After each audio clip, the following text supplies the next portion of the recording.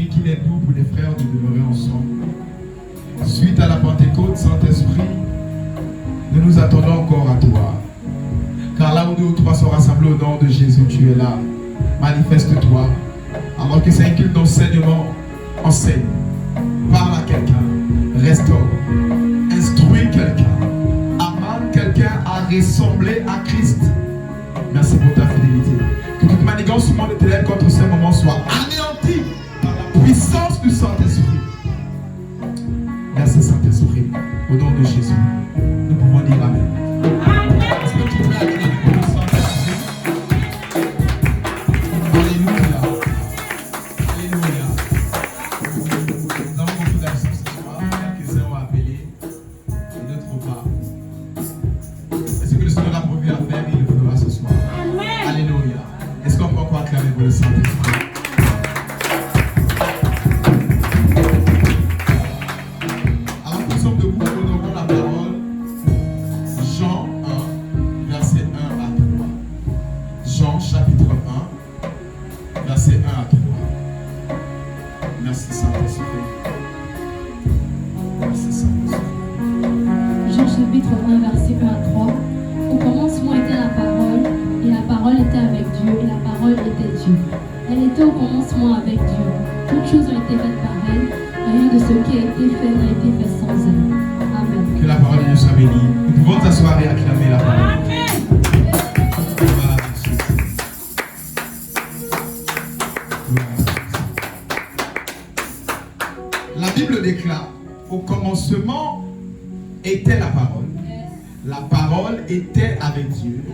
Et la parole était Dieu. Elle était au commencement avec Dieu. Toutes choses ont été faites par elle. Rien de ce qui n'existe n'a été fait sans elle. Ce passage biblique pour introduire le thème de ce soir qui s'intitule La parole et la voix de Dieu. Dis avec moi, la parole et la voix de Dieu. La parole et la voix de Dieu. Est-ce que tu peux encore le redire? La parole et la voix de Dieu. Plusieurs personnes ne savent pas qu'il y a une différence entre la parole de Dieu et la voix de Dieu. La voix, il s'agit, c'est V-O-U-X, voix, qui est similaire à la parole. Alléluia. Amen. La parole et la voix de Dieu. Dans ce passage, en introduisant ici avec la parole, la Bible déclare qu'au commencement était la parole de Dieu. La parole était avec Dieu. Et la parole était lui-même Dieu. Donc pour dire que l'alpha de toutes choses, c'est Dieu, mais au travers de sa parole. Et jusqu'à ce qu'on arrive dans l'Exode, le peuple est libéré comme ça d'Égypte. Et l'Éternel, 50 jours après, comme je pouvais le dire dimanche, a dit que mon peuple ne peut pas rester comme ça. Je dois donner mes commandements, je dois donner ma parole, afin qu'ils puissent marcher conformément selon la parole de Dieu. Mais j'aimerais ici parler à quelqu'un avant que la parole, les lois, la parole écrite, alléluia, logos, ne soit donnée. Abraham marchait par quoi? Isaac marchait par quoi? Qu'est-ce que Jacob appliquait? Parce qu'en réalité, il te faut appliquer quelque chose. Mais la parole écrite n'avait pas encore été donnée. Si vous voulez, la Bible n'avait pas encore été donnée. Les tables de pierre, les commandements n'avaient pas encore été donnés. Par quoi Abraham marchait, Isaac de même, et Jacob aussi, et toute la lignée. Alors les commandements arrivent, la parole de Dieu arrive, la Bible déclare au commencement de toutes choses était la parole. Toutes choses ont été faites par elle. Rien de ce qui n'existe n'a été fait sans la parole de Dieu. Et Jean 6, verset 63 nous dit que la parole de Dieu est esprit et vie. Alors si nous voulons ici parler ici de la vie de Dieu, il nous faut absolument parler de sa parole. Amen. Et ici j'aimerais dissocier la parole et avec la voix de Dieu. Dans Actes chapitre 1, verset 8, le Saint-Esprit est descendu et il leur dit, vous serez mes témoins jusqu'aux extrémités de la terre. Autrement dit, ils doivent témoigner de Christ. Ils doivent témoigner de Christ. Ils doivent parler de la parole de Dieu. Sans la parole, j'aimerais dire à quelqu'un que nous ne sommes rien, nous ne pouvons rien faire. La parole de Dieu est une puissance qui libère, qui restaure, qui apporte la vie. Sans la parole, on ne peut pas impacter. Sans la parole, l'exaucement que tu attends ne peut pas être créé. C'est au travers de la parole. Voilà pourquoi j'ai pour habitude de dire, quand le diable veut détruire une église, il passe par la parole. Lorsque la parole est infectée, l'église est morte. L'église est quoi? Elle est morte. Voilà pourquoi je décrète et déclare, la parole de cette maison ne sera jamais infectée au nom de Jésus. La parole de cette maison ne sera jamais infectée au nom de Jésus. Rien de plus, rien de moins. La parole de Christ au nom de Jésus. Donne-moi un véritable amen ce soir.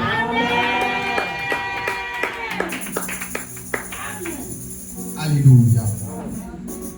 Et j'aimerais aussi dire à quelqu'un que la parole de Dieu est ce qui est écrit, ce qui est recommandé. La parole de Dieu, c'est autrement dit les tables. La parole de Dieu, c'est la Bible que tu tiens entre tes mains. La parole de Dieu, c'est la Bible que tu as comme application. Ça, c'est la parole de Dieu. Mais la voix, c'est tout autre chose. La voix, je vais la définir, juste dissocier entre la parole de Dieu et la voix de Dieu. La parole de Dieu, elle est générale. Tu viens à l'église pour écouter la parole de Dieu.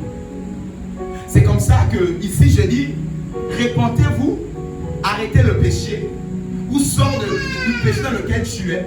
Celui qui vole va dire, ok, je dois sortir du vol. Celle qui ment va dire, je dois sortir du mensonge. Tu es venu pour recevoir la parole de Dieu, mais ce qui est personnel, c'est ce qui s'appelle la voix de Dieu. Plusieurs personnes ont gardé la parole de Dieu, mais non plus la voix de Dieu. Voilà pourquoi je peux dire dimanche que je connais un monsieur qui a la Bible, mais il n'a pas la voix de Dieu. Il lit la Bible, il a même aussi le Coran, mais parce qu'il n'a pas la voix de Dieu, il ne peut pas être sauvé même s'il lit la Bible. Et ce soir, l'Éternel m'a envoyé afin que l'Église puisse être restaurée dans le domaine de la voix de Dieu. Dans le domaine de la voix de Dieu. Plusieurs personnes, ça fait très longtemps qu'ils ont entendu la voix de Dieu. Ils lisent la Bible, ils écoutent ça en audio, mais la voix, c'est qui est personnel, ce que Dieu te dit. C'est comme ça qu'un monsieur était venu au culte ici, pour la toute première fois. Il a dit tout ce que j'ai prêché, c'est sa vie. Mais bizarrement, il n'était pas le seul au culte. Toi, tu as dit amen ce jour-là. Tu as clamé. Tu es même aussi venu s'aimer la parole un peu comme lui ce jour-là. Mais comment ça se fait? La parole est libérée. Mais c'est un peu comme tout le monde se retrouve à l'intérieur. Ce que tu retrouves qui est tien, qui est à toi, c'est la voix de Dieu. La voix de Dieu, elle est personnelle. La parole de Dieu, elle est générale. Alléluia. Est-ce que celui qui a compris peut acclamer Jésus?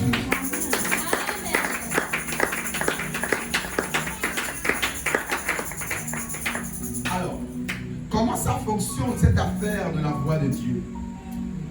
Comment ça fonctionne, cette affaire de la voix de Dieu? La Bible déclare que c'est le Saint-Esprit qui nous convainc. Alléluia.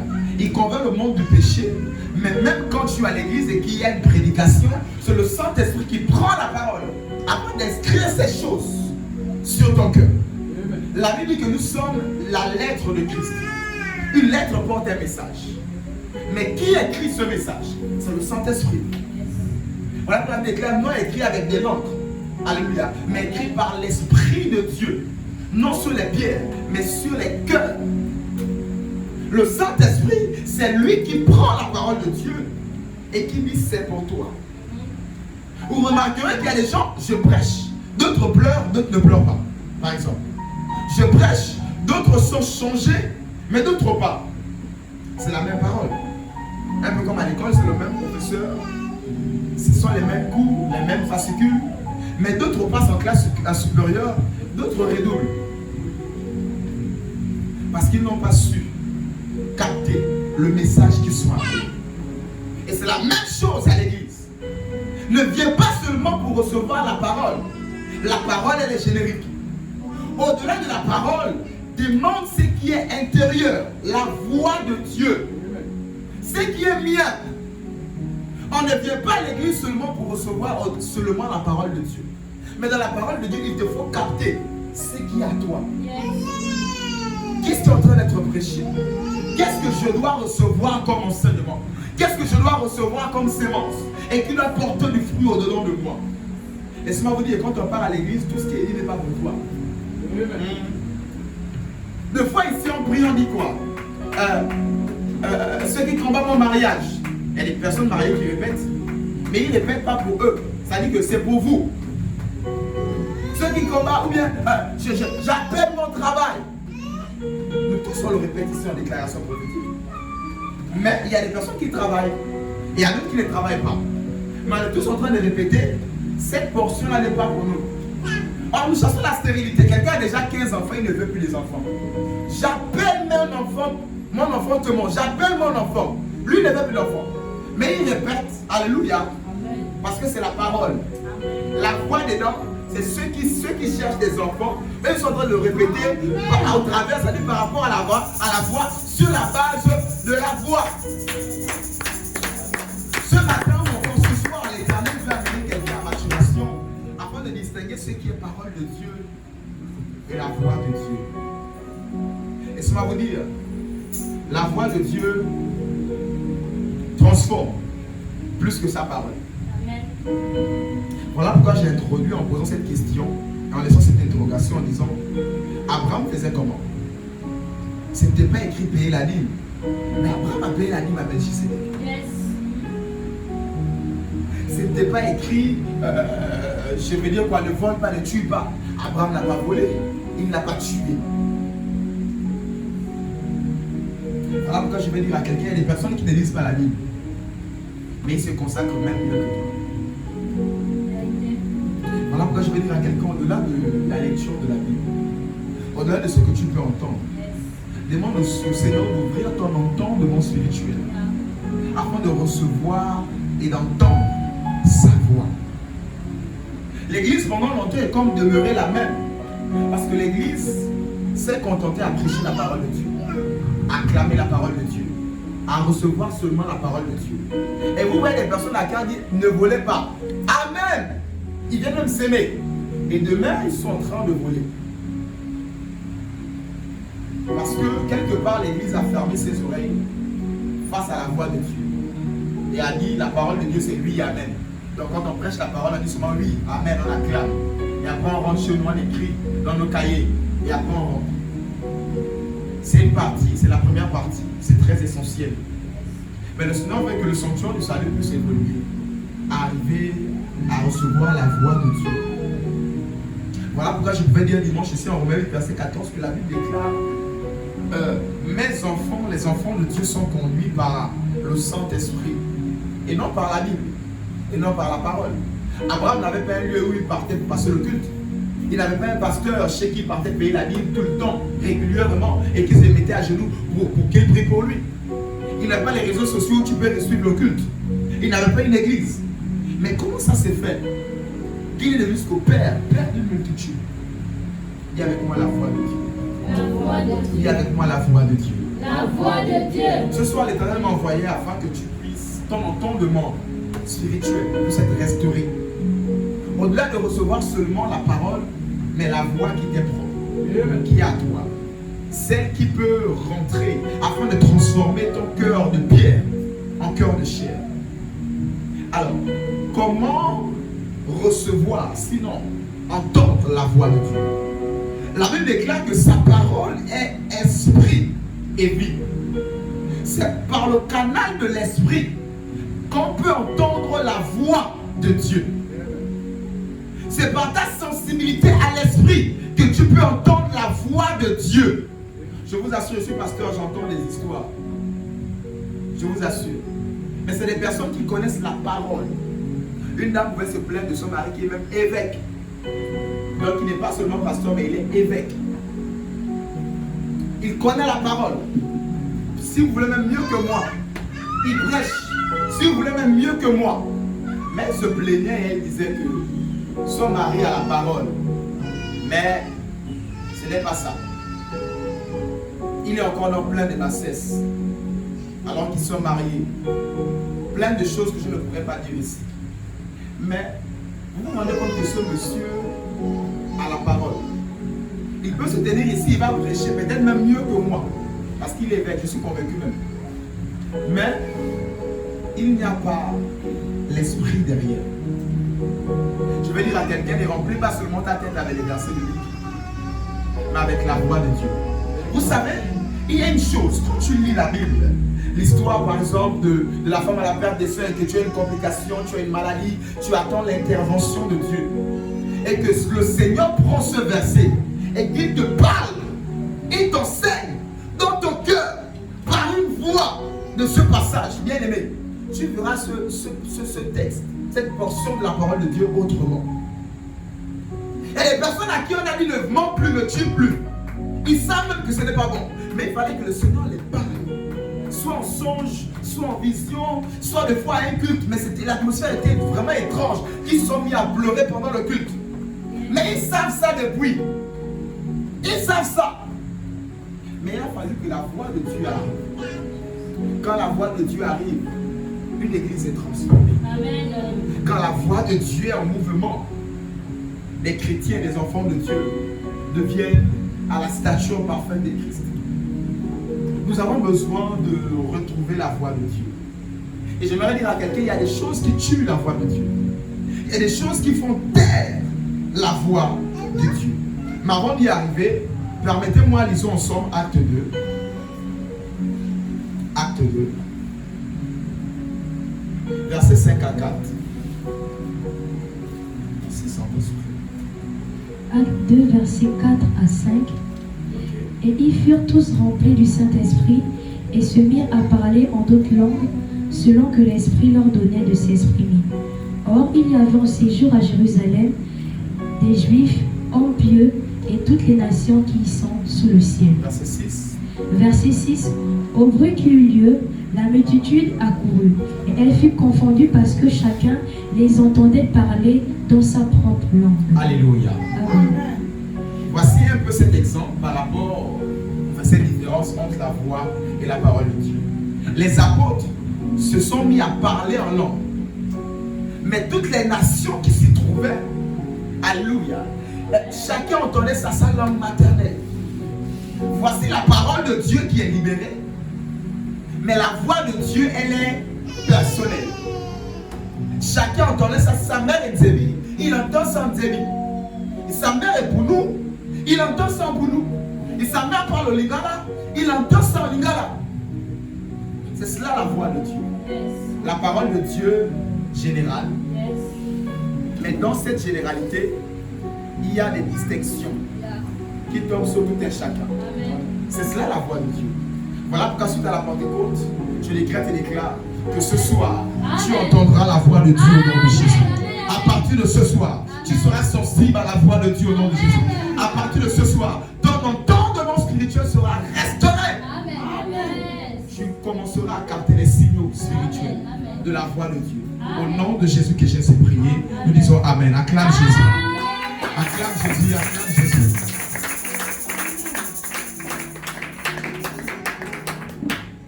Le verset 22 nous dit, toujours acte 2, Hommes israélites, écoutez ces paroles.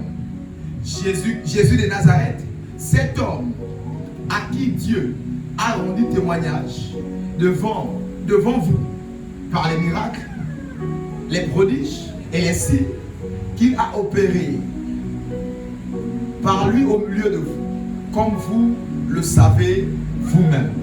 Ici, pour ne pas aller en longueur, c'est l'apôtre Paul, je veux dire l'apôtre Pierre, qui sort de la chambre haute.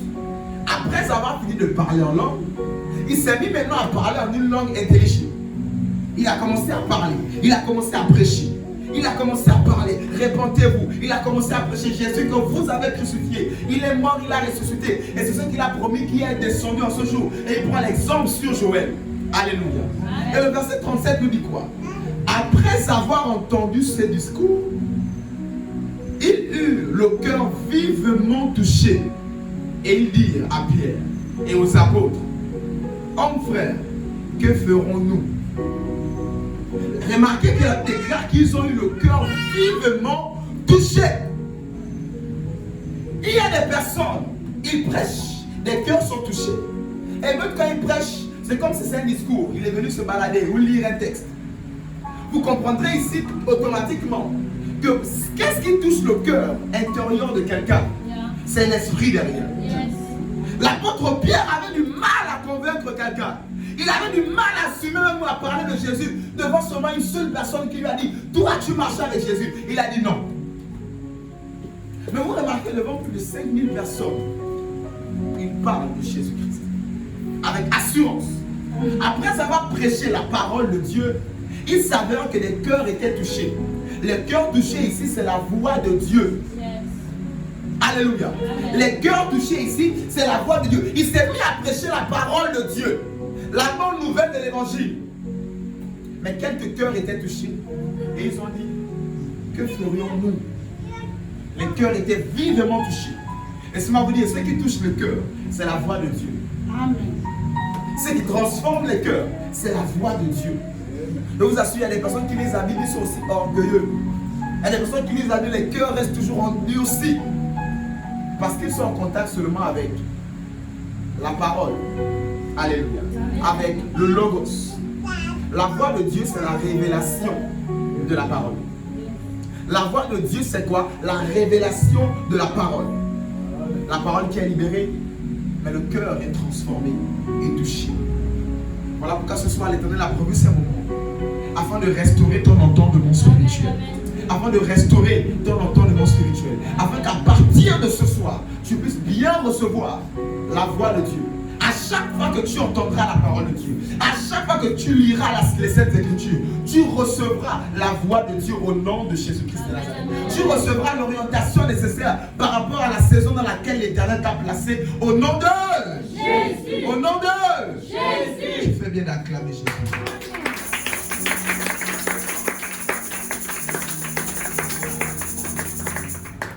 Alléluia. Nous avons besoin du Saint-Esprit, encore une fois de plus, suite à la Pentecôte. Pour dire à quelqu'un, même si la Pentecôte est passée, nous avons toujours besoin du Saint-Esprit. C'est lui qui nous permet de capter la voix de Dieu.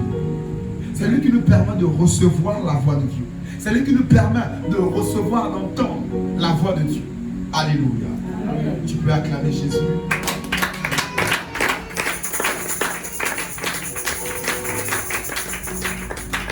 Samuel 3, verset 1 à 4. 1 Samuel 3, verset 1 à 4.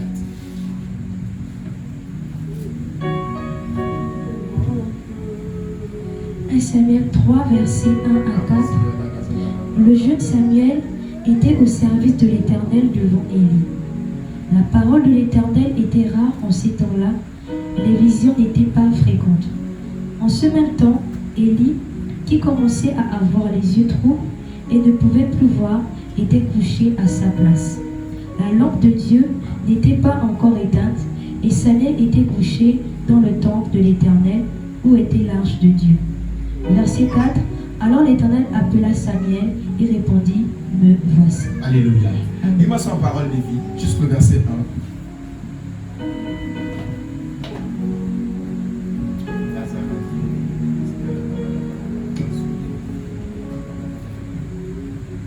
Jusqu'au verset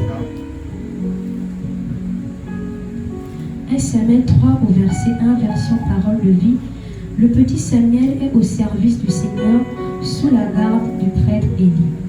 À cette époque-là, le Seigneur parle rarement à quelqu'un et il envoie rarement des visions. Alléluia. Amen. Dans la version du second, la Bible déclare que la parole de l'Éternel était rare en ce temps-là.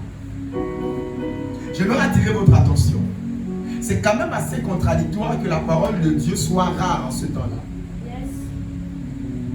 La Bible déclare qu'ils sont dans le temps. Dis avec moi le temps. Le temps. Dis avec moi le temps. Le temps. Ils sont dans le temps. Hormis le fait d'être dans le temps, à cette époque, l'arche de l'alliance est dans le temps. Les tables sont dans l'arche de l'alliance. Autrement dit, la parole est dans le temps. Les commandements des rouleaux sont dans le temps. Comment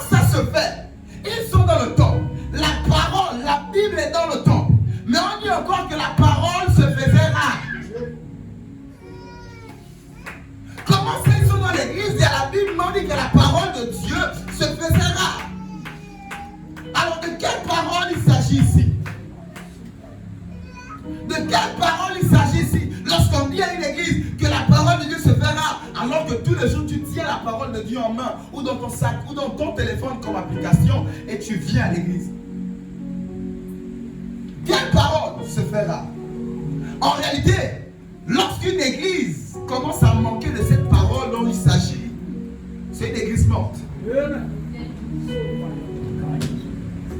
On peut lire la Bible, mais si cette parole-là n'est plus dans l'église, c'est une église morte. Alors de quelle parole il s'agit? Voilà pourquoi j'ai aimé la version parole de vie, aussi la version français courante. Français courant nous dit même pas la parole, mais nous explique réellement selon ce que je veux dire. Français courant nous dit la voix de Dieu se faisait rare. En réalité, la parole dont il s'agit ici, c'est la voix de Dieu. Parce que les commandements étaient là. Et même s'ils avaient oublié dans les rouleaux, dans l'arche de l'alliance, il y a les pierres, les originaux, que Moïse lui-même a écrit. La verge d'Aaron est dedans, et la manne est dedans. Donc ça dit que même si la parole était oubliée, il suffisait qu'ils ouvrent l'arche, ils prennent les pierres, les originaux, ils écrivent encore à nouveau. Mais comment la Bible dit, malgré que la Torah, l'original est là, les rouleaux sont là, mais la parole se faisait là. C'est comme ça dans la vie de plusieurs enfants de Dieu. La voix de Dieu se fera. On récite les paroles, on récite les versets bibliques, on prie, on récite les versets bibliques. Je ne manquerai de rien, 1000 ans à mon côté, 10 000 à ma droite. On récite, on récite, on récite, on connaît même plusieurs chapitres par cœur. Mais l'Éternel dit à quelqu'un, ma voix se fera. L'Éternel dit à quelqu'un, ma voix se fera. Il est temps que nous puissions retrouver les signaux. Il est temps que nous puissions retrouver la voix de Dieu. À recevoir cette voix-là. Laissez-moi vous dire, lorsque cette voix se fera, c'est la mort. Parce que suite à cela, le grand prophète major Élie est mort. Parce que la voix de Dieu se faisait rare. Qu'est-ce qui rend la voix de Dieu rare? Qu'est-ce qui fait en sorte que on perd l'audition de la voix de Dieu? Et si on vous dit que dans cette merveilleuse histoire, sans trop tirer en longueur, Élie avait 2 enfants qui s'appelaient Ophni et Phili. Et ces 2 enfants blessaient le Saint-Esprit. Ces 2 enfants désobéissaient à la parole de Dieu, désobéissaient à la voix de Dieu. Ces 2 enfants amenaient jusqu'à leur copine dans l'église. Ces 2 enfants faisaient un grand désordre. Les offrandes étaient données, ils arrachaient. C'est-à-dire que là, tu es venu avec ta dîme. Au lieu d'attendre le moment de la dîme, et Béline va lever la dîme et tout ça, il arrive, il commence à fouiller vos poches et vos sacs. Ces enfants se comportaient comme ça dans le temps. Ils faisaient du désordre. Et tout le temps, le Père les parlait. Tout le temps, le pasteur les parlait. Tout le temps, leur père spirituel les parlait. Arrêtez ça, mes enfants. Arrêtez ça. Et ils n'ont pas voulu écouter. Ici, pour dire, ce qui fait taire la voix de Dieu, ce qui rend la voix de Dieu rare, c'est la désobéissance. Le péché rend la voix de Dieu rare. Nous trouvons des personnes avec des versets bibliques en stock dans leur mémoire, mais rien dans leur cœur. Nous trouvons des personnes avec des versets bibliques en stock, mais aucune voix à l'intérieur. Aucune voix qui peut les parler. Aucune voix qui peut entendre. Aucune voix qui peut obéir. Ce soir, l'Éternel est venu pour te restaurer au nom de Jésus. Alors que tu avais perdu ta sensibilité à la voix de Dieu, je déclare ce soir, ta sensibilité est restaurée au nom de Jésus. Ta sensibilité est restaurée au nom de Jésus. Tu ne liras plus la Bible seulement comme ça, mais tu liras entre les lignes au nom de Jésus. Alors pour ne pas éteindre la voix de Dieu, il te faut te consacrer. Pour ne pas éteindre la voix de Dieu, il te faut ne pas vivre comme tout le monde. En réalité, quand la Bible dit ne pêche pas, ne tue pas, comme je crois que tu peux le dire, ce n'est pas pour Dieu. Dieu reste Dieu. Tu as péché. Tu n'as pas péché, il reste toujours Dieu. Mais quand il met ses ordonnances, c'est pour maintenir l'alliance. C'est pour maintenir la relation. C'est pour maintenir l'intimité. Pour ne pas perdre la voix de Dieu. Il est temps que le sanctuaire du salut se mette à part. Il est temps que le sanctuaire du salut se mette à part. Parce que nous devons garder la voix de Dieu. Le jour où nous perdons la voix de Dieu, nous avons tout perdu. Nous venons ici pour nous balader. Et cela ne sera jamais mon cas.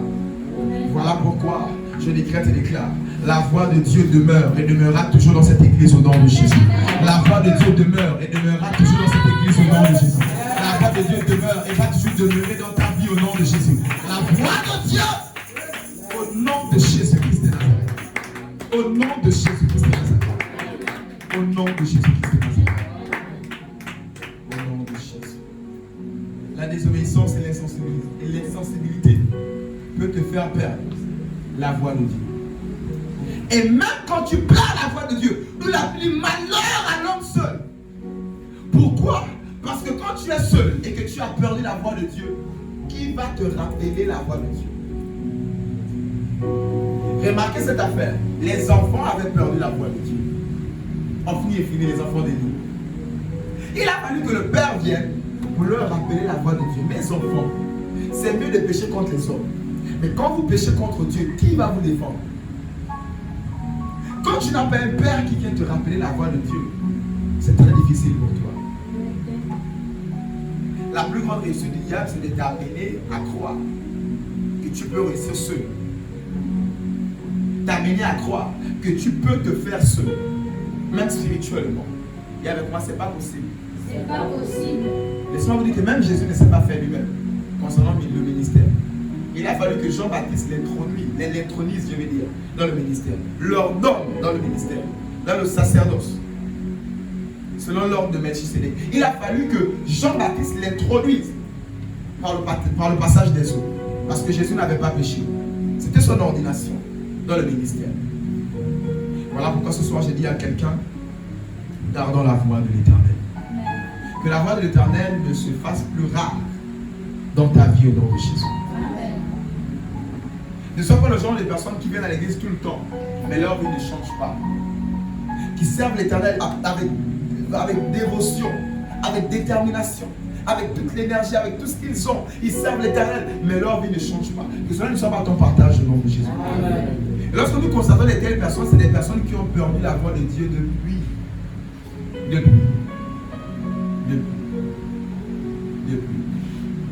Mon juste homme, cette foi. Ça peut arriver des faiblesses et tout cela. Mais il te faut très vite regagner la voix de l'Éternel. Il te faut très vite te redresser et garder cette voix. Le jour où tu as perdu la voix de Dieu bien-aimé, tu ne pourras plus faire long chemin.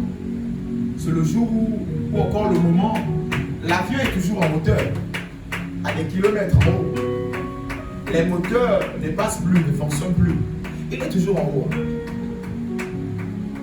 Mais il est juste en train de descendre un peu. Et il est toujours dans les hauteurs. Mais il y a des personnes, quand ils sont en train de descendre, alors que le Père Élie vient dire: arrête ça, ne fais pas ceci, ne fais pas cela. Ils sont en train de chuter, ils ne veulent pas écouter Élie, afin de faire démarrer les moteurs. Après, qu'est-ce qui suit après? C'est la chute, c'est le crash, c'est la mort, et c'est la destruction. Ce soir, l'Éternel t'a donné un Père afin de te dire: ne perds pas la voix de Dieu. Ce soir, l'Éternel t'a envoyé un serviteur de Dieu afin de te dire: ne perds pas la voix de Dieu. La voix de Dieu s'entretient. La voix de Dieu évolue. La voix de Dieu s'augmente. Le débit peut monter. Au début, tu l'entends par des sensations dedans. Après, des fois, c'est des visions. Tu assises et tu vois. Après, ce sont des songes. Après, ça peut encore évoluer à être audible. Audible. Quand tu m'entends, tu es en train d'entendre la voix de Dieu. La voix de Dieu s'entretient. Elle se nourrit. Alléluia. Elle se nourrit et elle s'entretient. Pour la nourrir, bien aimé, il te faut rester en contact avec le rouleau. Pour la nourrir, il te faut rester en contact avec le Saint-Esprit. Parce qu'en réalité, cette voix-là, c'est la voix de personne d'autre, c'est le Saint-Esprit. Cette voix dont je suis en train de parler là, c'est la voix du Saint-Esprit au-dedans de toi. La Bible dit de donner à tout le monde. Mais face à une personne à qui tu veux donner, tu sens comme une voix au-dedans de toi qui te dit ne donne pas. Ce n'est pas la méchanceté. Ce n'est pas le fait d'être père ou avare. Tu t'apprêtes même à donner sur le billet en main. Mais tu as une voix comme au-dedans de toi qui te dit ne donne pas. Ne donne pas. Est-ce que vous savez qu'on n'aide pas tout le monde? On n'aide pas tout le monde. Si on devait aider tout le monde, Dieu devait aider tout le monde sur la terre. Toi, tu es là, tu demandes quelque chose à Dieu, mais est-ce que tu aimes ça? On n'aide pas tout le monde. Voilà pourquoi Jésus est arrivé à la piscine de Bethesda. Il y avait des centaines de malades. Il a guéri seulement une seule personne. Et il est parti. Maintenant, les autres, l'un peut-être devait dire que tu es méchant. Tu n'es pas amour. La Bible ne nous a pas tout dit concernant Jésus. Hein. Déjà, Jean 21 nous dit, au dernier verset, qu'il y a des choses qui ne sont pas écrites. Que même s'il faut l'écrire, le monde ne peut pas continuer. Certainement, le voisin à côté de celui qui était à la piscine de Bethesda devait dire, mais toi tu es mauvais, tu es amour, mais pourquoi tu ne me guéris pas, tu guéris seulement une seule personne? On n'aide pas tout le monde. Et c'est selon l'esprit que Jésus a été guidé. Il a guéri une seule personne dans la piscine où il y a des centaines et des centaines qui attendent que l'eau soit agitée. Il est venu seulement, il a guéri une seule personne et il est parti. Cette voix dedans de toi qui ne va pas te dire, tu es là, tu as envie d'aider quelqu'un, mais Dieu te dit non, ne donne pas. Tu as envie de faire du bien, tu as envie de faire quelque chose, mais cette voix-là te dit non. Bon, tu as beaucoup fait, mais cette fois-ci, ne donne pas. Et cette voix s'entretient. Yes. Ou de fois tu es là, tu n'as rien, mais cette voix-là te dit quoi? Non. C'est comme ça ce matin, j'écoutais un témoignage d'une jeune fille qui a donné 20 000 francs. Et les 20 000 francs-là l'ont sauvée, elle, de la mort. Alors qu'elle allait au décès de sa mère. Elle a donné 20 000, elle a bien les 1000 francs, 1000 francs, 1000 francs. J'aime le prophétique. 1000 francs, 1000 francs, 20 000, elle a donné à une de ses soeurs, une de ses cousines. Et le prophète, en exercice, dit que je veux que tu reviennes à un décès. Voici. Mais je te veux donner 1000 francs fois 20, qui fait 20 000 à quelqu'un. Et Dieu me dit, c'est parce qu'à cause de cette générosité, un malheur devait t'arriver après ce décès. Le malheur n'était pas. Yes. La générosité ouvre les portes. Et les personnes qui ont du mal à donner parce qu'ils n'ont pas entendu cette voix dedans d'eux. Oh non, c'est ma tante, elle va féticher mon argent. Si la voix te dit donne, elle ne pourra rien faire. Amen. Et si la voix te dit ne donne pas, si tu donnes aussi, tu vas encaisser ça derrière. Amen. Voilà pourquoi dans cette affaire, vous voyez que c'est un peu complexe. C'est qu'il faut seulement te référer seulement à ce qui est écrit. Ce sera vraiment compliqué. Parce qu'à des moments, il ne te faut pas donner. Et à des moments, il te faut donner. Mais la Bible dit de donner. La Bible n'a pas dit des moments. De donner à tout le monde, d'aider. L'amour consiste à donner. Dans le jour que tu ne donnes pas, tu n'as pas l'amour. Si tu n'as pas bien compris ce verset. Mais il y a des moments où le Esprit te dira non. Ne donne pas ce monsieur. Ne donne pas cette dame. Ou encore elle ment par rapport à la situation qu'elle est en train de dire. Ce n'est pas vrai. Ne donne pas. Est-ce qu'elle comprend? Mais est-ce que là tu as manqué d'amour? Non. Mais l'amour dit quoi? Consiste à donner? Non.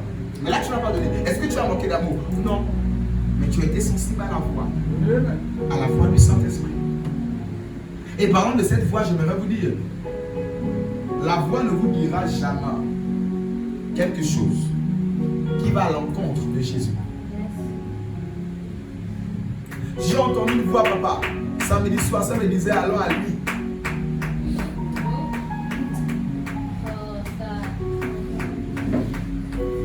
C'est même pas pour aller manger au restaurant.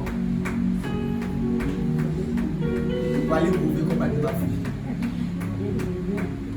Est-ce que ça c'est dit? Non. La Bible dit quoi? Que le Saint-Esprit viendra nous rappeler ce que Jésus-Christ a dit. Donc la voix qui est le Saint-Esprit viendra nous dire ce que Jésus a fait quoi? A dit. Viendra nous dire quoi? Ce que Jésus a dit.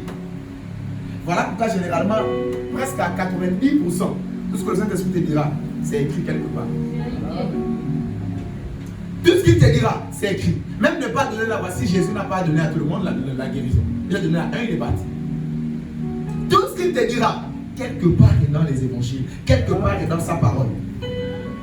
Mais maintenant, il faut savoir à quel moment, c'est la voix qu'il faut entendre. Cette voix, c'est la voix du Saint-Esprit. C'est la voix qu'il faut obéir. Cette voix, c'est la voix de Jésus.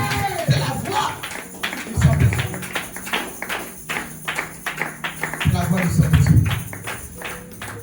D'où l'importance d'avoir un père spirituel et d'être suivi véritablement. Je dis quoi? D'être suivi véritablement. Parce qu'en fin et fin étaient suivis véritablement.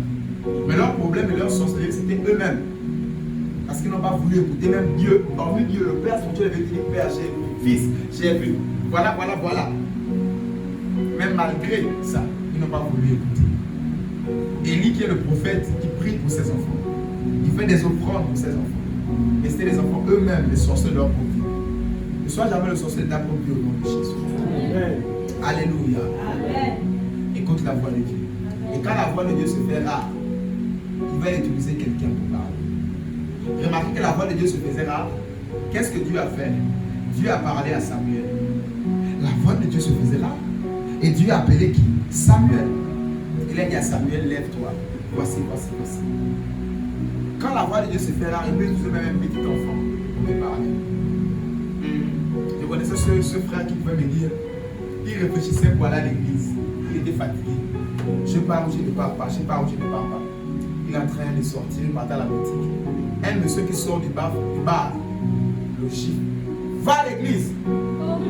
Bourré, le chiffre, va à l'église. Bon, il n'a pas riposté parce que lui, c'est depuis la voix, il dit qu'il n'est pas chez les mamans.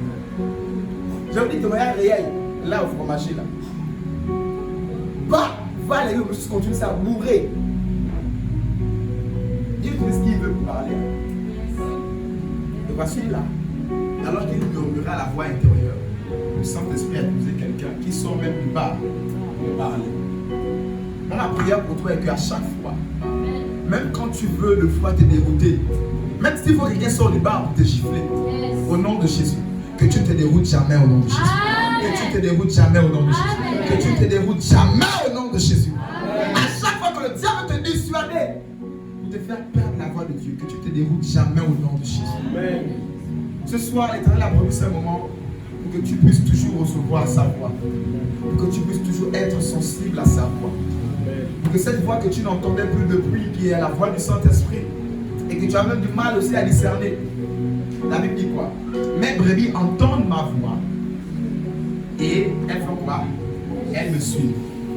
Mes brebis entendent ma voix et elles me suivent. Laissez-moi vous dire, pour que les brebis puissent suivre Jésus, c'est parce qu'au préalable, elles ont d'abord entendu la voix de Jésus. Donc quand Jésus vient parler, elles reconnaissent la voix et elles suivent. On ne peut pas suivre une voix si on ne la reconnaît pas d'abord au préalable. Voici l'enfant depuis la mère est dehors. Elle cogne, elle dit c'est moi. Et l'enfant commence à s'agiter. Pourquoi? Parce que l'enfant a reconnu la voix de sa mère. Et c'est la même chose. Comment savoir si c'est Dieu ou c'est pas Dieu? Je ne sais plus. C'est parce qu'en réalité, tu ne connais même pas la voix de Jésus. Comment reconnaître la voix de Jésus? Comme je disais, c'est tout le temps être en contact avec cette voix. En venant au culte, je sais, je reconnais cette voix. Ça, je reconnais ça. Ça, je ne reconnais pas ça. Est-ce que quelqu'un comprend? Voilà pourquoi le diable se lève et il combat ta ponctualité à l'église. Il combat ta présence à l'église. Il va permettre que tu sois là une fois, après tu n'es pas là. Ça, c'est le travail du diable. Afin que tu ne puisses pas véritablement reconnaître la voix de ton père ou de ta mère. Parce que tout le temps, tu n'es pas là, tu es là, tu n'es pas là. Donc tu ne sais plus trop qui. Est-ce que ça c'est ma mère? Mais ce n'est pas. Un enfant qui est tout le temps avec sa mère, cet enfant connaît la voix de sa mère. Même si l'enfant est aveugle, l'enfant est né, l'enfant est aveugle. Mais parce que c'est depuis dans le ventre, la voix la parle. Le bébé entend. Elle élève le bébé. Le bébé entend cette même voix-là. Le bébé naît, le bébé entend toujours cette même voix-là. Et quand, même derrière un mur, il entend cette voix, il sait que ça c'est ma mère. Et il sait que ça c'est pas ma mère. Et quand le loup se présente et que le loup veut copier un peu, il sait que ça c'est la photocopie. Ça ce n'est pas ma mère. Voilà pourquoi c'est affaire de suivre la voie là. Ce n'est pas en un jour. C'est ce processus de toujours entendre la voix du Père, toujours entendre la voix du berger, et après tu finiras par reconnaître la voix du berger. Toujours entendre. Voilà pourquoi je t'encourage à être régulier à l'église. Je t'encourage à être ponctuel à l'église. Au trop 6 heures de temps de la semaine pour Dieu. Mardi 6 heures de temps. 7 heures de temps, c'est dimanche, on fait 1 heure de plus. En une semaine pour Dieu. C'est peu. Alors qu'une journée, c'est 24 heures. Donc, c'est 7 heures de temps à Dieu. C'est pour ta croissance, à toi. C'est vrai, quelquefois, quelques-unes de mes filles qui m'ont appelé à cause du décès, à cause de ceci. Ils ne sont pas là. Il y a des raisons. Mais si tu as manqué l'église, c'est que la raison est vraiment forte. Que ton absence à l'église ne soit pas aussi faible et léger. Alléluia. Acclame Jésus, s'il te plaît.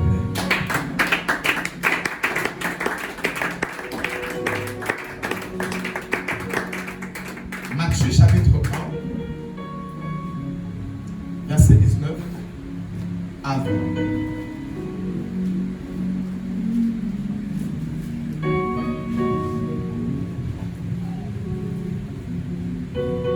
Matthieu chapitre 1, verset 19 à 20.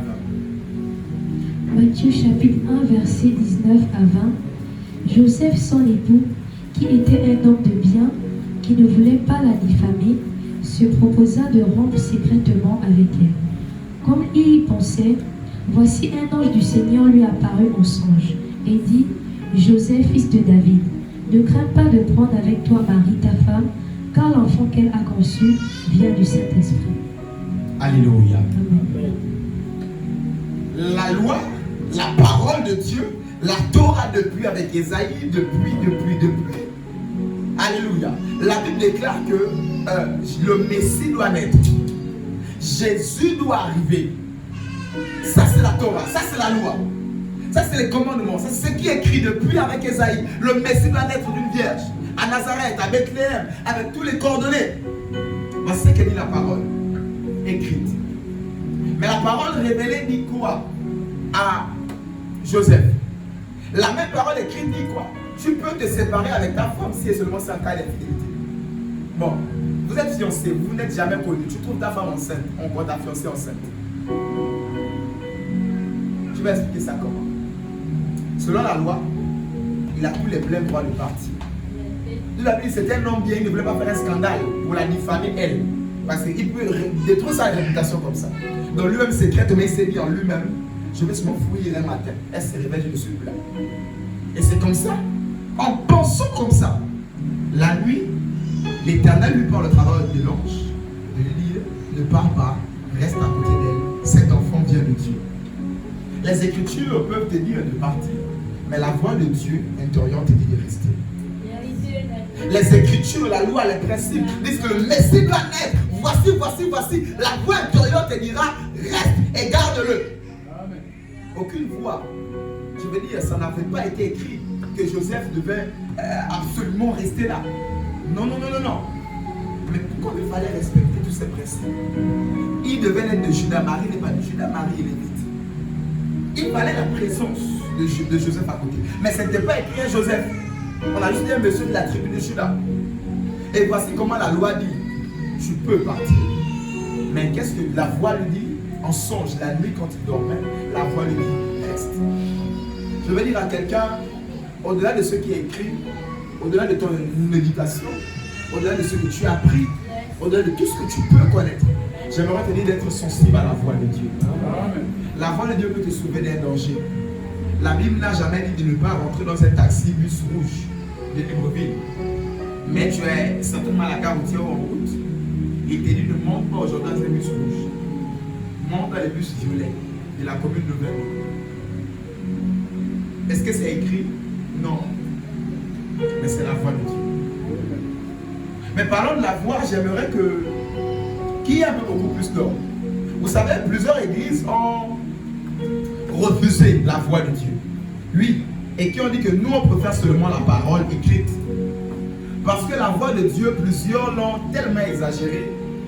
Et par leur immaturité, ont commencé à obéir à des voix qui n'étaient pas la voix de Dieu. Parce que laissez-moi vous dire, il y a plusieurs voies en toi, même là où tu es.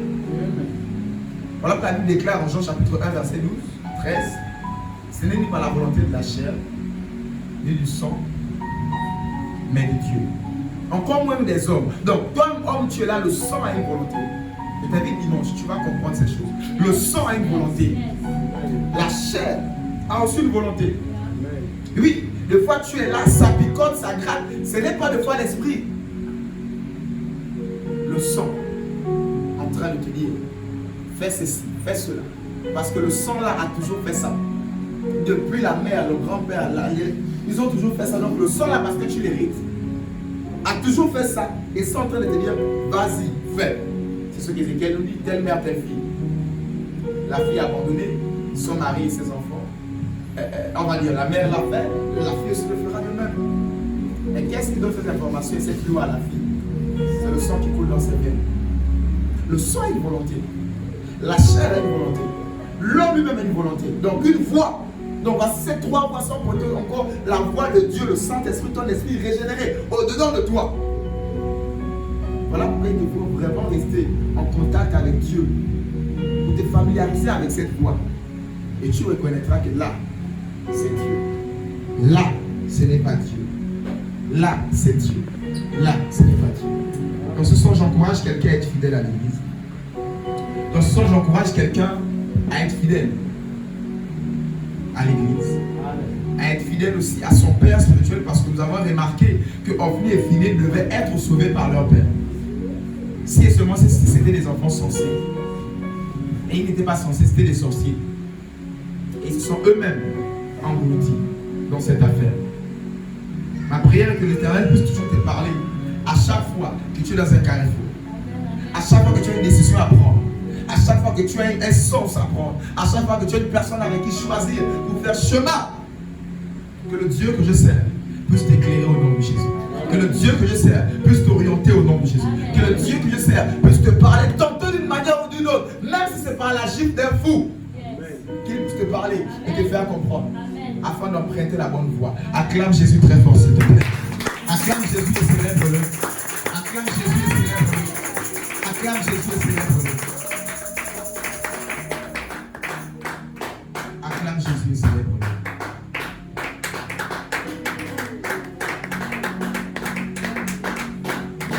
Dans cette affaire de voix,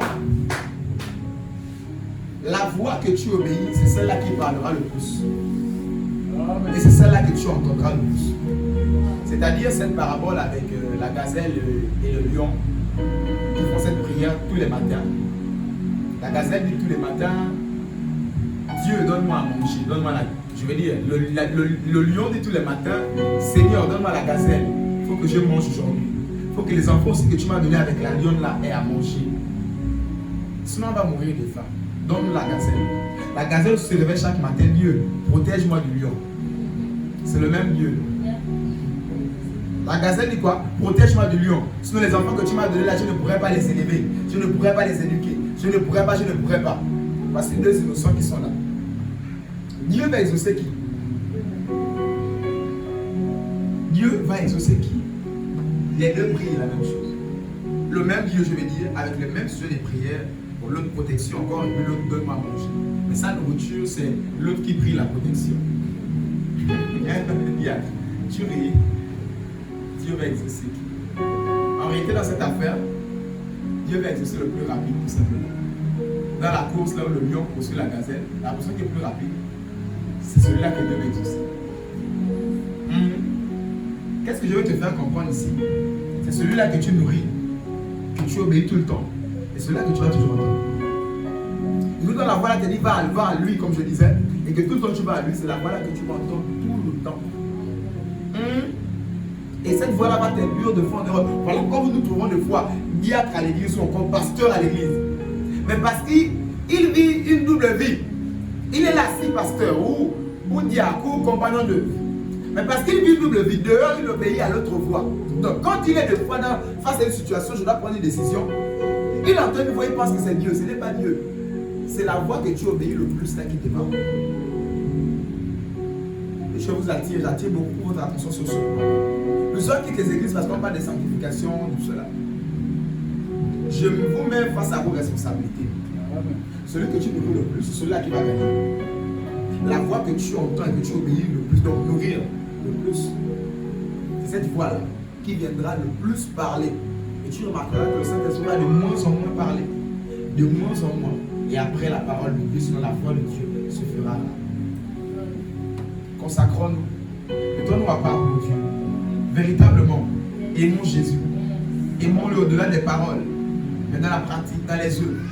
Mettons-nous à part pour lui, par amour, et tout ce qui va avec. Lève-toi et acclame Jésus, nous avons terminé.